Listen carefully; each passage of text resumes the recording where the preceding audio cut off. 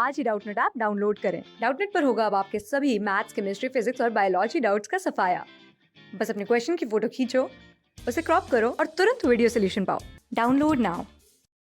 ये क्वेश्चन है, इसमें बोल रहा है कि ये जो आपका एक कॉम्प्लेक्स गिवन है, आपको इस कॉम्प्लेक्स का क्या बताना है, आईयूपीएसी नेम बताना है कि क्या आईयूपैक नेम होने वाला है इसका। ठीक है, तो सबसे पहले आपको ये जो आपका कॉम्प्लेक्स गिवन है इसको हमें एक प्रॉपर वे में लिखना होगा, जिससे हमें पता चले कि आपका इसका आईयूपैक नेम कैसे लिखेंगे। तो कोऑर्डिनेशन कॉम्प्लेक्स जिस फॉर्म में लिखे जाते हैं, पहले हम उसको उस फॉर्म में लिखते हैं।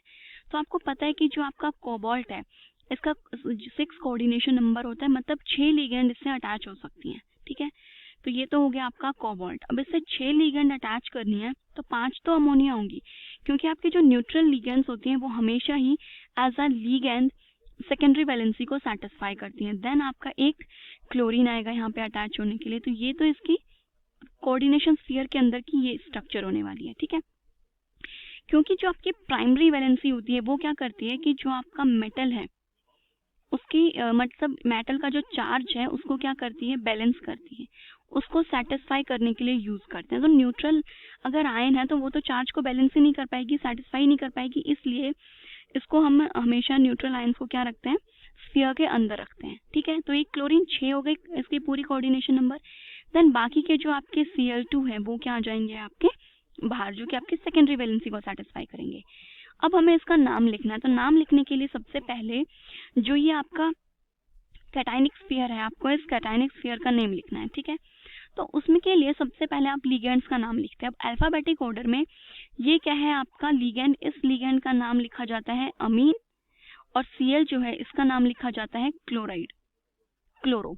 एज अ लिगेंड इसका नाम आप क्या लिखेंगे, क्लोरो। अल्फाबेटिक ऑर्डर में आपका अमीन पहले आता है, और अमीन कितना है 5, तो आप इसके लिए लिखेंगे पेंटा, देन पेंटा और फिर अमीन, क्योंकि 5 अमीन है। देन क्लोरीन आपकी कितनी है, एक ही, तो लिगेंड में इसका नाम लिखा जाता है क्लोरो। फिर उसके बाद आता है आपका मेटल का नाम, मेटल क्या है आपका कोबाल्ट, और इसके बाद आपको कोबाल्ट की ऑक्सीडेशन स्टेट बतानी होती है ब्रैकेट में कि आपका कोबाल्ट की ऑक्सीडेशन स्टेट क्या है। तो देखिए, एक ये क्लोरीन सेटिस्फाई कर रहा है और 2 ये क्लोरीन सेटिस्फाई कर रहे हैं, तो कोबाल्ट की ऑक्सीडेशन स्टेट है यहाँ पे +3। ठीक है, तो ये हो जाएगा आपका 3 ऑक्सीडेशन स्टेट, इस टाइप से लिखते हैं। देन लास्ट में आपका क्लोराइड जो है, इसमें हम सिंपली क्लोराइड लिखते हैं, चाहे वो 2, 3, 4 कितने भी क्लोराइड हो, उन क्लोराइड का नंबर आपको शो नहीं करना होता है। ठीक है, क्योंकि ये सिर्फ चार्ज बैलेंसिंग के लिए होते हैं, तो ये हम वैसे भी पता कर सकते हैं। अब अगर आपको इसकी जो ऑक्सीडेशन स्टेट है वो इस टाइप से समझ में नहीं आई, तो हम नॉर्मली जैसे निकालते हैं, आप इसे उस तरीके से भी निकाल सकते हैं, और यहाँ पे आएगा आपका 2+।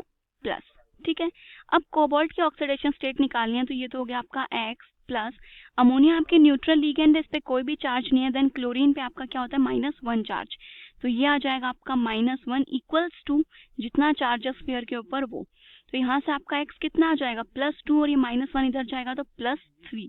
कोबाल्ट की ऑक्सीडेशन स्टेट क्या हो गई, +3। अगर आप वैसे डायरेक्ट नहीं कैलकुलेट कर सकते तो आप ऐसे भी इसको निकाल सकते हैं। तो इसका जो आईयूपीएसी नेम हो गया वो ये हो गया।